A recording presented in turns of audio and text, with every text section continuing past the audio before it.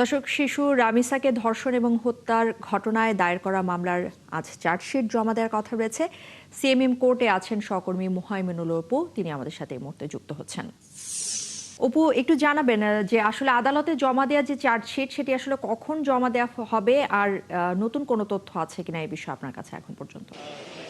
পুলিশের পক্ষ থেকে কিন্তু বলা হয়েছিল যে সকাল 11টা নাগাদ এই চার্জশিট জমা দেওয়ার কথা ছিল তাদের, কিন্তু এখন দুপুর 2টা বাজলেও কিন্তু তারা চার্জশিট জমা দেননি।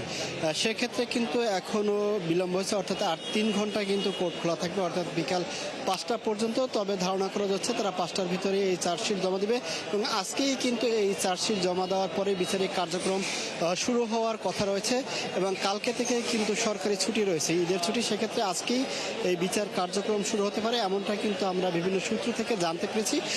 তবে এই শিশু রামিসাকে হত্যার ঘটনায় কিন্তু দুজনকে যে আটক করা হয়েছে, তাদের এই প্রধান আসামি এবং তার স্ত্রী সোহেল রানা এবং তার স্ত্রীকে কিন্তু আদালতে আনা হয়েছে, অর্থাৎ আদালতের হাজতখানায় কিন্তু তাদেরকে রাখা হয়েছে। তাদেরকেও কিন্তু এখন পর্যন্ত এই সিএমএম কোর্টে কিন্তু তোলা হয়নি, তবে তারা হাজতখানায় রয়েছে এবং আমরা সকাল থেকে এখানে ছিলাম এবং এখানে পরিস্থিতি জানাচ্ছিলাম। তবে তাদের এই সোহেল রানাকে গ্রেপ্তারের পর থেকেই কিন্তু এই দেশের বিভিন্ন সামাজিক যোগাযোগ মাধ্যম থেকে শুরু করে রাজনৈতিক নেতৃবৃন্দ, সাধারণ মানুষজন কিন্তু রাস্তায় নেমে এসেছিল, তারা বিক্ষোভ প্রদর্শন করেছিল এবং দ্রুত সময়ের মধ্যে তার বিচার দাবি করেছিল। সেক্ষেত্রে কিন্তু সরকার গতকাল কিন্তু প্রধানমন্ত্রী তারেক রহমান তিনি বলেছিলেন যে 1 মাসের ভিতরেই কিন্তু এই বিচার কার্যক্রম হবে, এমনটা কিন্তু তিনি আশ্বাস দিয়েছেন।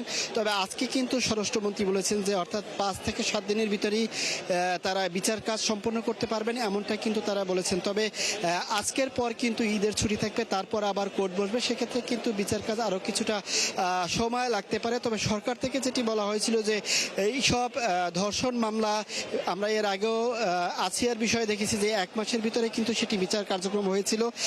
সেক্ষেত্রে আশা করা যাচ্ছে সরকার যেটি বলছে যে 1 মাসের ভিতরে এই বিচার কার্যক্রম শেষ করতে পারবেন তারা। তবে তারা এমন শাস্তি চাচ্ছেন যাতে নতুন করে কেউ এ ধরনের অপরাধ না ঘটায়, সেই বিষয়টি কিন্তু সরকার এবার জোর দিচ্ছেন। তবে সব কিছুই কিন্তু নির্ভর করছে বিচারকের উপর।